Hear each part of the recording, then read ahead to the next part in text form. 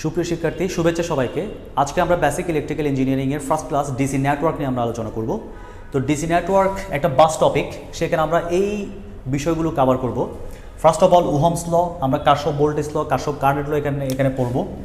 এগুলো in detail আমরা আলোচনা করব। দেন আমরা পড়ব নেটওয়ার্ক রিডাকশন থিওরেম, যে আমরা জানি একটা নেটওয়ার্ক যখন কমপ্লেক্স হয়, জটিল হয়, সেক্ষেত্রে আমরা এই দুটো থিওরেমের মাধ্যমে, থেভেনিন এবং নর্টন থিওরেমের মাধ্যমে আমরা সিম্পলিফাই করে অ্যানালাইসিস করতে পারি। দেন স্পেসিফিক কোয়ান্টিটি থিওরেম, তার মধ্যে একটা হচ্ছে superposition theorem, the other is maximum power transfer theorem.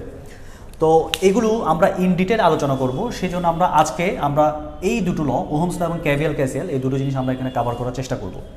তো ফার্স্ট অফ অল আমরা আসি ওহমস ল। ওহমস ল নিয়ে আমরা আসি। ওহমস লটা আমরা জানি যে খুবই বেসিক এবং ফান্ডামেন্টাল ল। সেই ক্ষেত্রে যদি কোনো একটা কারেন্ট ক্যারিং কন্ডাক্টরের মধ্যে দুই মাত্রার যে বিভব পার্থক্য, অর্থাৎ একটা পরিবাহীর দুই মাত্রার যে বিভব পার্থক্য, সেটা হচ্ছে তার মধ্য দিয়ে প্রবাহিত বিদ্যুতের সমানুপাতিক। এটাকে আমরা যদি ম্যাথমেটিক্যালি লিখি, V is proportional to I. এবং আমরা যদি এখানে একটা প্রপোর্শনালি কনস্ট্যান্ট নিয়ে আসি, V is equal to I R, R হচ্ছে রেজিস্ট্যান্স অফ দ্য কন্ডাক্টর। তো আমরা এই ফর্মুলা দিয়ে যে কোনো ডিসি নেটওয়ার্ককে আমরা অ্যানালাইসিস করতে পারি। দেন আমরা আসি KVL KCL, Kirchhoff voltage law, Kirchhoff current law. তো আমরা জানি হচ্ছে ওহমস ল দিয়ে আমরা যে কোনো ডিসি নেটওয়ার্ককে সিম্পলিফাই কিংবা অ্যানালাইসিস করতে পারি। তাহলে কেন আমাদের কারশফ কারেন্ট ল কিংবা কারশফ ভোল্টেজ ল আমাদের দরকার হয়? এটা দেখা যাচ্ছে যখন নেটওয়ার্ক একটু কমপ্লেক্স হয়, একটু জটিল হয়, যখন নেটওয়ার্কের মধ্যে এলিমেন্টের পরিমাণটা বেড়ে যায়, তখন ওহমস ল দিয়ে একটা নেটওয়ার্ককে অ্যানালাইসিস করা একটু দুঃসাধ্য হয়ে পড়ে। এবং সেই ক্ষেত্রে প্রত্যেকটা ব্রাঞ্চের কম্পোনেন্টগুলো আমাদের বের করতে হয়, যেটা সময় সাপেক্ষ এবং হচ্ছে যে লেন্থি প্রসেস। এই কারণেই জার্মান সায়েন্টিস্ট কারশফ দুটো লয়ের উনি হচ্ছে যে প্রস্তাবনা দিয়েছেন। এই ল দুটো বেশি গেলে আর কিছু না, ওহমস লয়ের একটা জেনারেল প্রকাশ বা জেনারেল ভার্সন। ওহমস একটা বিশেষ ক্ষেত্রে আমরা ইউজ করতে পারি, আর কেভিএল কেসিএল এগুলো হচ্ছে আমরা ওহমস লয়ের একটা জেনারেল জায়গা থেকে, সাধারণ জায়গা থেকে আমরা এগুলোকে প্রয়োগ করতে পারি।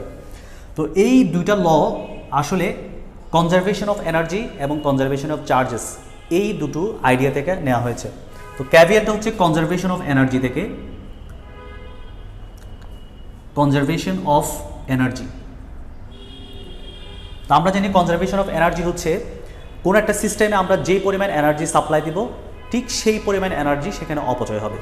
তার মানে হচ্ছে নেট এনার্জি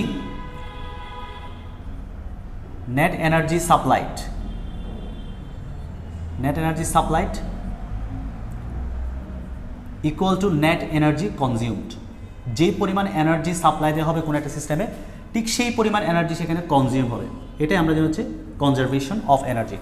ফলে একটা ইলেকট্রিক্যাল নেটওয়ার্কের ক্ষেত্রে কেভিএলকে যদি আমরা অ্যাপ্লাই করি, তাহলে সেক্ষেত্রে হবে যে কোনো একটা ক্লোজ পাথে, একটা ক্লোজ সার্কিট কিংবা একটা ম্যাশের মধ্যে আমরা দেখব সেখানে যেই পরিমাণ এনার্জি সাপ্লাই হবে, ঠিক সেই পরিমাণ এনার্জি সেখানে কনজিউম হবে।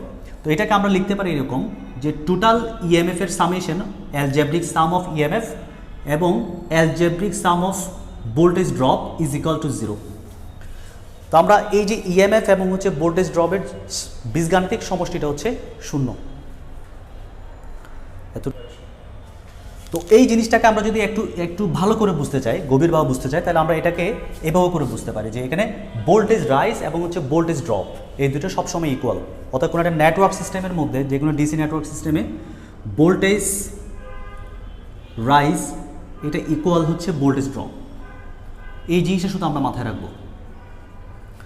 তো এটা বুঝবার জন্য আমরা এখানে দুটো জিনিস দেখাচ্ছি। আমরা প্রথমে দুটো সেল এখানে ড্র করছি, সেম সেল। এখানে নেগেটিভ টার্মিনাল, এটা পজিটিভ টার্মিনাল, এটা নেগেটিভ, এটা পজিটিভ টার্মিনাল। এবং আমরা এখানে প্রথমটার দিকে আমরা কারেন্টের ডিরেকশনটা দিচ্ছি হচ্ছে বামে, আর সেকেন্ডটাতে আমরা কারেন্টের ডিরেকশনটা দিচ্ছি ডানে। এই দুটো ফিগারের মধ্যে কোনটাতে আমরা ভোল্টেজ ড্রপ বুঝবো, কোনটাতে আমরা ভোল্টেজ রাইজ বুঝবো। তো সেই ক্ষেত্রে আমরা বুঝবো যখন কারেন্টটা পজিটিভ টার্মিনাল থেকে নেগেটিভ টার্মিনাল যাচ্ছে। পজিটিভ টার্মিনাল মানে আমরা জানি হচ্ছে হায়ার পটেনশিয়াল, আর নেগেটিভ টার্মিনাল মানে লোয়ার পটেনশিয়াল।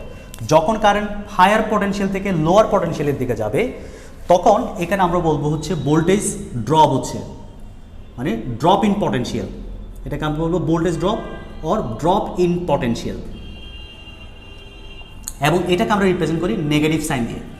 যখন কোনো একটা সিস্টেমের মধ্যে ভোল্টেজ ড্রপ হয়, তখন সেটাকে আমরা নেগেটিভ সাইন দিয়ে রিপ্রেজেন্ট করে থাকি।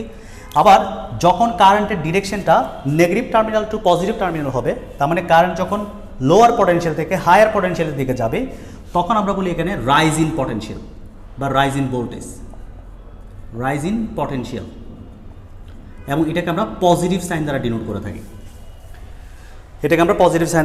থাকি। আমরা যদি একটা সার্কিট এখানে ড্র করি, তাহলে আমরা দেখব এখানে এই যে রেজিস্ট্যান্সগুলোতে ভোল্টেজ ড্রপ হবে, আর আমাদের ইএমএফ এটা হচ্ছে রাইজিং ভোল্টেজ। তার মানে এখানে ইটা হবে এই দুইটা ভোল্টেজ ড্রপের সমষ্টির সমান, মানে যেই পরিমাণ ভোল্টেজ রাইজ হচ্ছে ঠিক সেই পরিমাণ ভোল্টেজ ড্রপ হবে একটা নেটওয়ার্ক সিস্টেমের মধ্যে। এভাবেও আমরা কেবিএলটা কোনো একটা সার্কিট সিম্পলিফিকেশনের ক্ষেত্রে ইউজ করতে পারি। দেন আমরা আসবো হচ্ছে ক্যাসিএল। আমরা পরবর্তীতে হচ্ছে ক্যাবিএলের নিউমেরিক্যালসগুলো দেখবো, সেগুলো কীভাবে সলভ করতে হয় সেগুলো নিয়ে আমরা আলোচনা করব। তবে তার আগে আমরা ক্যাসিএল নিয়ে একটু আলোচনা করব।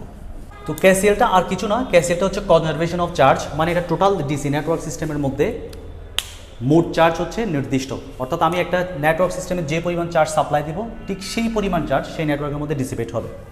তো এটা যদি আমরা ডিরাইভ করি তাহলে সেই ক্ষেত্রে হবে কোনো একটা জাংশন কিংবা নোডে টোটাল কারেন্টের অ্যালজেব্রিক সাম হচ্ছে 0।